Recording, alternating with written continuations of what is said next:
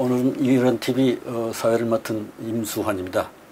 오늘 이재춘 대사님, 전 러시아 대사님 모시고 매주 하는 방송, 오늘은 제가 사회를 보고 진행을 하도록 하겠습니다. 누구나 다 관심은 이제 내일 있을 미북 정상회담에 꽂혀 있는 그런 상황인데, 우선은 우리 우파 진영 사람들이 그동안 우리 문재인 대통령한테 실망한 그 감정을 트럼프 대통령에게 또 굉장히 기대를 잔뜩 걸었다가 최근에 와서 또 거기에 대한 실망감을 표하는 그러한 한탄이 또 일각에서 강하게 쏟아져 나오고 해서 이런 부분에 좀 안정감을, 좀 균형을 잡을 수 있는 그런 부분을 우리 전문가이신 이재춘 대사님께 한번 여쭤보도록 하겠습니다. 먼저 그 트럼프 대통령에 대한 우리의 그 지나친 기대와 지나친 실망 사이에 어느 선에서 우리가 균형을 잡아야 될지에 대해서 한번 말씀을 해주시면 좋겠습니다. 예, 좋은 질문인데요. 요즘 대한민국을 걱정하는 많은 사람들이 한때 트럼프 대통령에 대해서 굉장히 큰 기대를 하고 있다가 최근 이 북미 정상회담이 바로 얼마 이제 남지 않은 시점에서 여러 가지 트럼프 대통령의 하는 말 속에 과연 우리가 기대하는 정도의 역할을 할 것인가에 대한 굉장히 의심이 생긴 게 사실이죠. 근데 그것은 그 몇 가지 요인을 생각해 볼 필요가 있습니다. 지금 트럼프 대통령은 실은 대통령에 취임하자마자 벌써 1년 반 되지 않았나요? 예. 예, 그런데 그 북한 핵 미사일 이 문제를 해결하는 것을 국정에 가장 큰 우선순위를 두고 다루겠다. 그렇게 얘기를 했고 실제로 그렇게 행동을 해왔고, 북한 핵 문제는 과거에 그 미국 정부가 25년 동안 해온 그 전철을 절대로 다시 밟지 않겠다.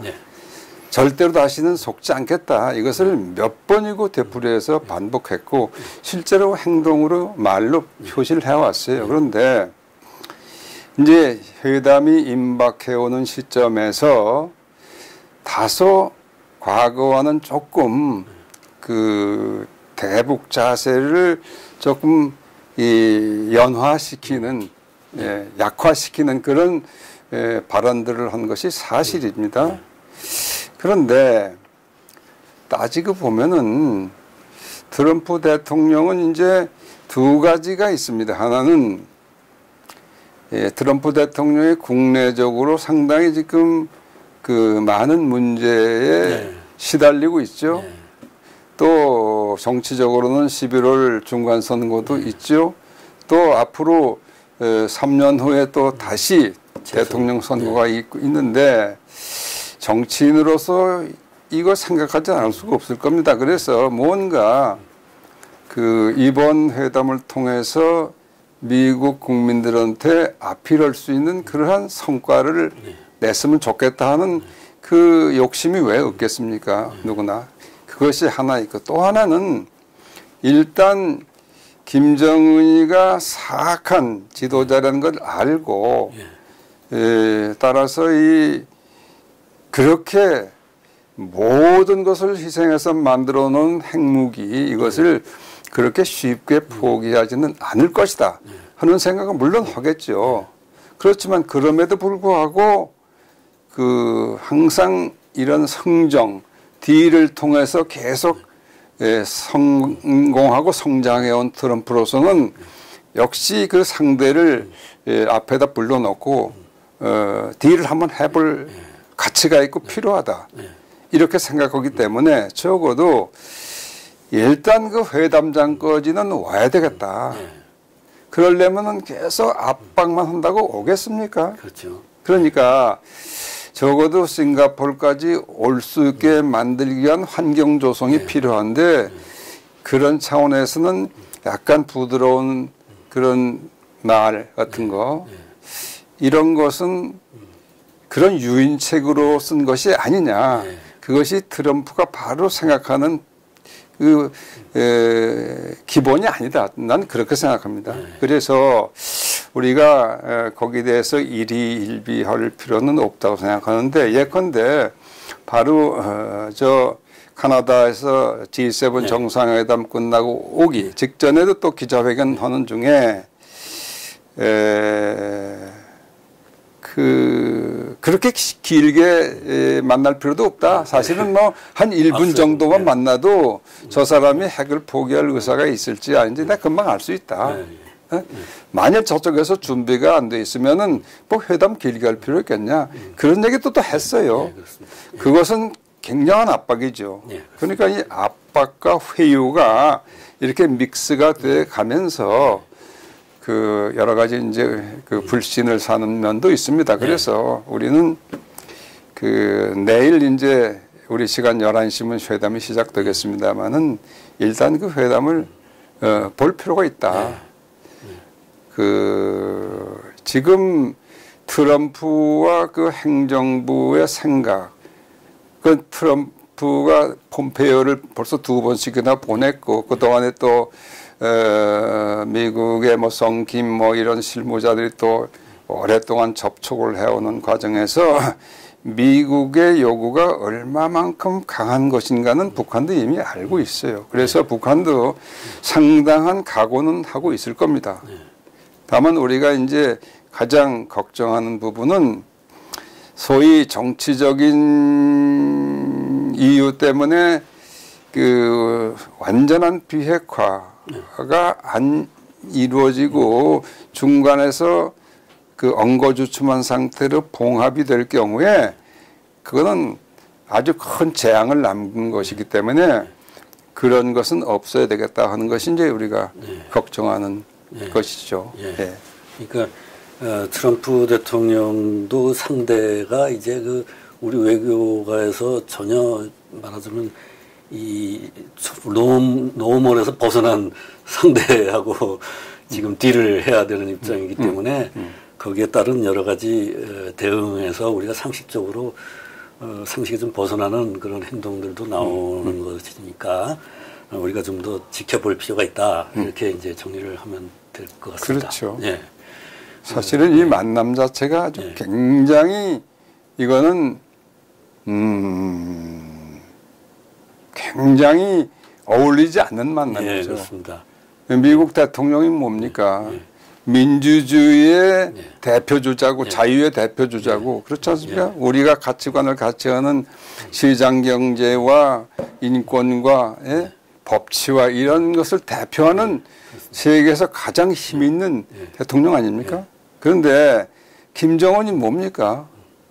이거는 지 고모부를 고사총으로 쪼개고 지 이복형인 김정남이를 그냥 독살하고 뭐 이런 아주 그리고 수백 명을 공개 처형하고 그런 아주 살인마 같은 사람인데 문명사회 밖에 있는 그렇지요. 그런 사람하고 이렇게 만난다는 것 자체가 이게 참 역사적이죠. 근데 그것이 정말 우리가 바라는 좋은 작품을 만들어낼 수 있기를 바라죠. 그런 마음으로 좀 지켜보겠습니다.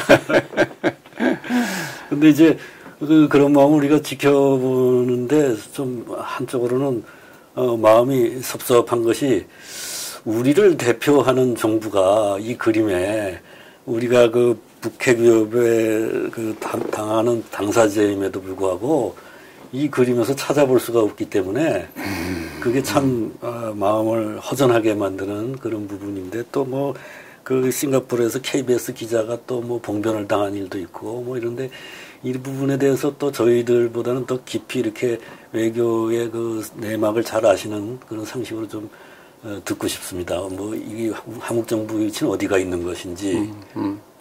사실은 이 트럼프 대통령하고 김정은이가 만나게 한 거, 그것을 우리가 이제 중매했다고 그러는데요.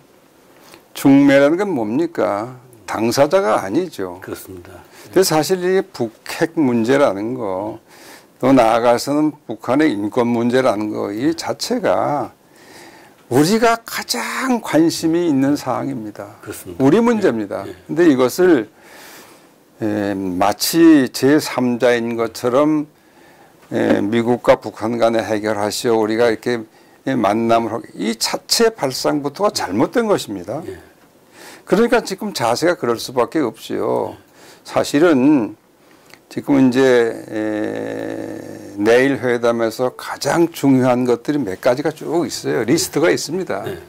리스트가 있는데 그 리스트를 이제 우리가 실현해야 우리가 바라는 소위 그 북한의 완전한 비핵화라는 것이 이루어지는데 그걸 위해서 우리가 미국과 함께 북한을 설득하고 압박하고 그랬어야 되는데 그걸 안 하고 당신들끼리 해보라 하는 것이 그거 자체가 잘못된 거예요.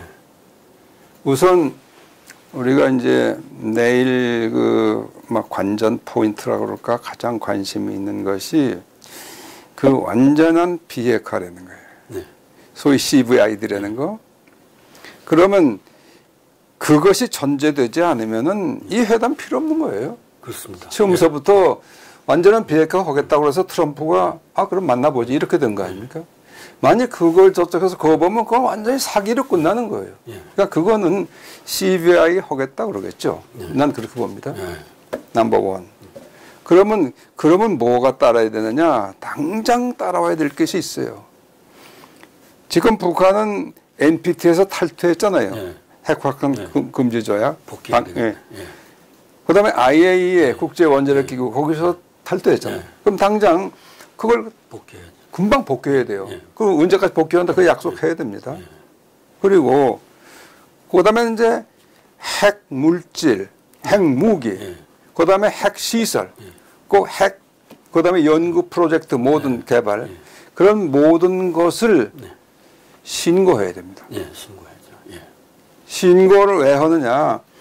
신고해야만 그리고 조사를 할 수 있어요. 그렇죠. 사찰을 할 수 있어요. 사찰. 그다음에 사찰을 하고 다 검증도 해야 돼요. 그러면 이 모든 것들이 다 시간표가 나와야 돼요. 그래야 핵을 없애겠다는 게 나오죠. 그렇습니다. 그게 나와 있느냐 안 나와 있느냐. 그 시간표가 있어야 이제 검증가 그렇죠. 진행되나 안 되나. 그렇죠. 그다음에 또 하나는 뭐 그건 아직은 안 나옵니다만은 그 원자탄하고 그 미사일만 없어지면 되는 게 아니잖아요. 지금 거기 생화학 무기가 엄청나게 있지 않습니까? 그럼 거기 국제 그 CWC라는 게 있어요. 그 화학무기 금지 조약이라는 게 있습니다. 그게 우리를 포함해서 한 165개국이 이제 참여를 했는데 조약에 북한은 안 했죠. 그럼 당장 이제 그거 너희들 당장 가입해라. 그거 오케이 해야 됩니다. 그거. 그렇죠. 그리고 그다음에 이제 이걸 언제까지 다 하겠다는 걸 그 시간표를 내서 그 시간표가 5년 있다 내 그럼 되겠습니까? 그 사이에 1년이냐 맥시멈 2년이냐. 옛날에 우크라이나나 뭐 카자흐스탄 이런 데 한 2년 정도 걸렸습니다만은 그런 시간표가 딱 나와야 돼. 그래야 그러면 일단은 추진해 보겠다. 그다음에 뭐 평화협정이니 무슨 뭐 주한미군력 이런 얘기 그건 뭐 그게 다 끝나고 다 확인이 되고 CVI가 끝나야 그건 얘기할 수 있는 거죠. 그러니까 그거를 이제 그 몇 가지 항목이 우선 들어가 있느냐를 봐야 됩니다. 근데 그것은 트럼프 대통령이 뭐 일부님은 뭐 그거 다 알 수 있다 그러는데 그건 조금 과한 얘기고 내가 보니까 그거를 이렇게 맞춰서 얘기를 주고받고 오는데 최소한 한 2시간 걸리지 않을까? 내일 일단 첫 미팅이 한 2시간 걸릴 거라고 예측을 하고 있는데 아마 그래서 그것이 그러한 그 목록들에 대한 북한의 그 성의 있는 답변, 약속 이런 것이 되면은 일단 그 회담은 더 지속될 수 있을 것이고 오후 회담은 더 할 수도 있고 그렇지 않으면 하루 더 할 수도 있고 그런데 그것이 삐끗하면은 정말 트럼프 대통령이 자기 뭐 저쪽에 진정성이 없으면 워크어웨이 하겠다고 그러잖아요. 그냥 중간에 이럴 수 있고 그런 거죠. 그러니까 이제 그걸 좀 잘 봐야 되는데 그것이 설사 이루어졌다 하더라도 또 한 가지 가장 큰 난관은 뭐냐 하면은 북한이 지금까지 국제적으로 약속을 하고서 지킨 예가 있냐 이거예요. 그렇죠, 없죠. 예. 소위 그 임플리멘트 이행을 한 예가 없어요. 그렇죠. 예. 다 시간이 가면서 다 휴지가 됐습니다. 그러니까 그것이 이제 또 가장 큰 딜레마죠. 그러니까 이런 것들을 다 감안해서 그 트럼프 대통령이 이제 완벽하게 해야 되죠. 예. 그런데 그러한 이제 구체적인 협상 과정에 한국이 지금 뭐 거의 제외되어 있는 것으로 보이는데 그림에서 그러면 이 회담이 끝나고 나서야 이제 진행되는 과정에서도 계속해서 우리는 이제 스타트업에서 이제 제외돼 있었으니까 계속해서 이제 불리한 위치로 우리가 불리하다는 입지라기보다는 그건 기본적으로 문제가 우리가 미국 편이 아니라는 데 있어요. 아, 지금 정부가. 지금 정부는 김정은 편이에요.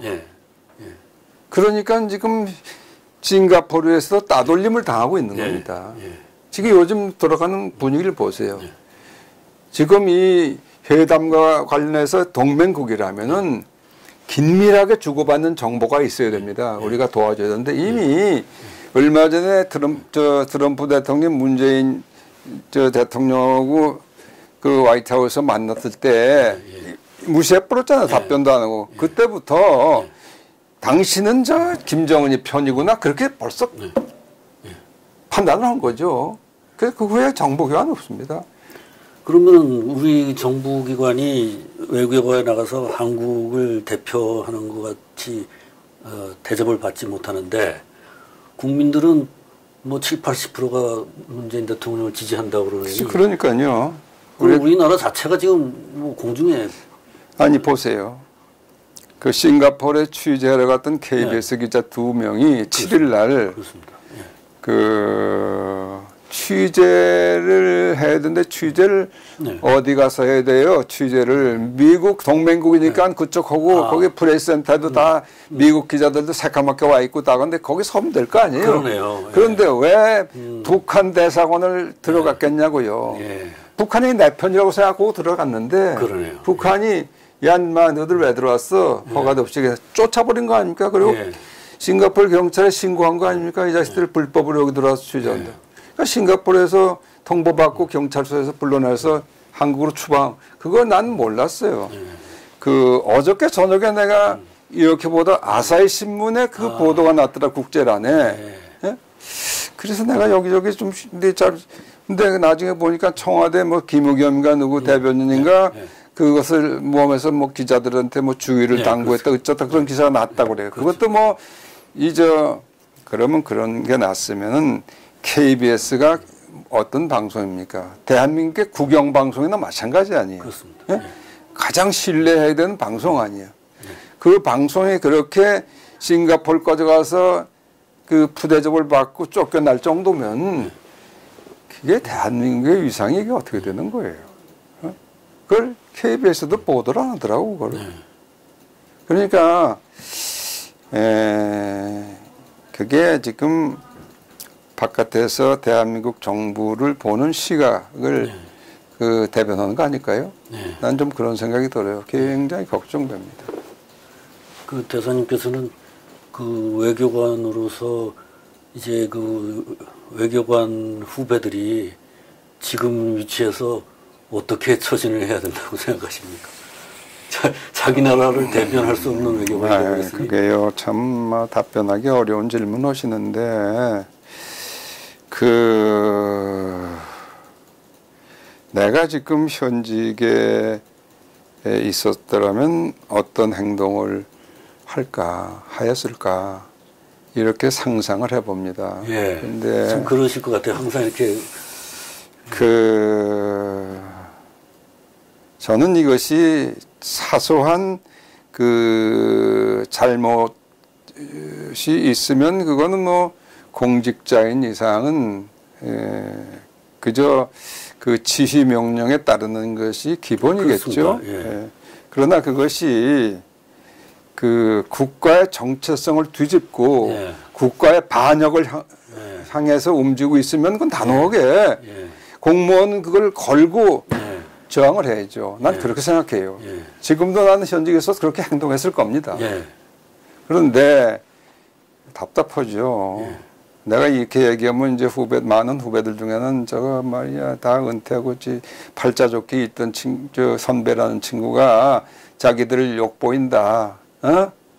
자기들은 어떻게 란 말이냐 뭐 이렇게 불평하는 사람들이 많다고 그러는데 글쎄. 그러면 공무원 그만둬야죠. 이 대사님이 현직에 계실 때 그 기강이 무너지는 데 대해서 적극적으로 대처하시고 이렇게 하시다가 뭐 정치적으로 좀 갈등을 겪으셨던 걸로 알고 있는데. 아니 적어도 그 정의감이 있어야 될 거 아닙니까? 정의감. 이 국가가 망하는 길로 들어서느냐 흥하는 길로 들어서 그 판단을 해야 될 거 아니에요. 더군다나 대한민국의 외교관이라면은 국가의 운명을 이렇게 다 짊어지고 간다는 그런 각오가 있어야 되는데 굉장히 아쉬운 부분이죠.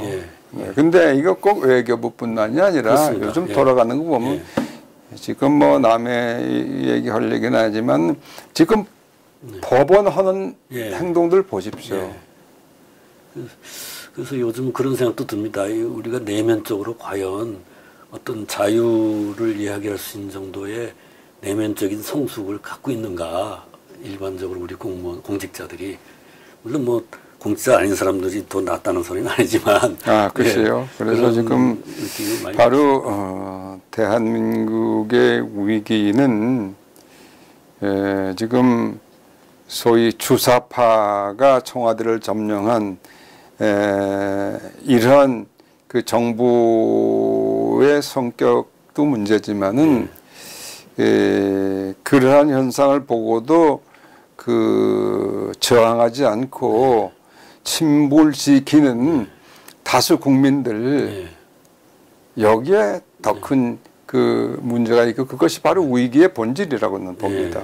그래서 불의를 보고 일어나지 않는 그 백성이 그 백성입니까? 저는 뭐 그런 생각을 아직은 하고 있어요. 시민 정신이 없는 거라고 봐야겠죠. 오늘 뭐 그 내일 정상회담 앞두고 얘기를 하다가 나누다가 이제 좀 시국에 좀 그 한탄스러운 이야기까지 했습니다. 오늘은 뭐 여기까지 이야기를 하고 또 내일 이제 미국 정상회담이 지나가고 나서 또 후평을 다음 주에 한번 마련해 보도록 하겠습니다. 오늘 수고하셨습니다. 고맙습니다. 고맙습니다.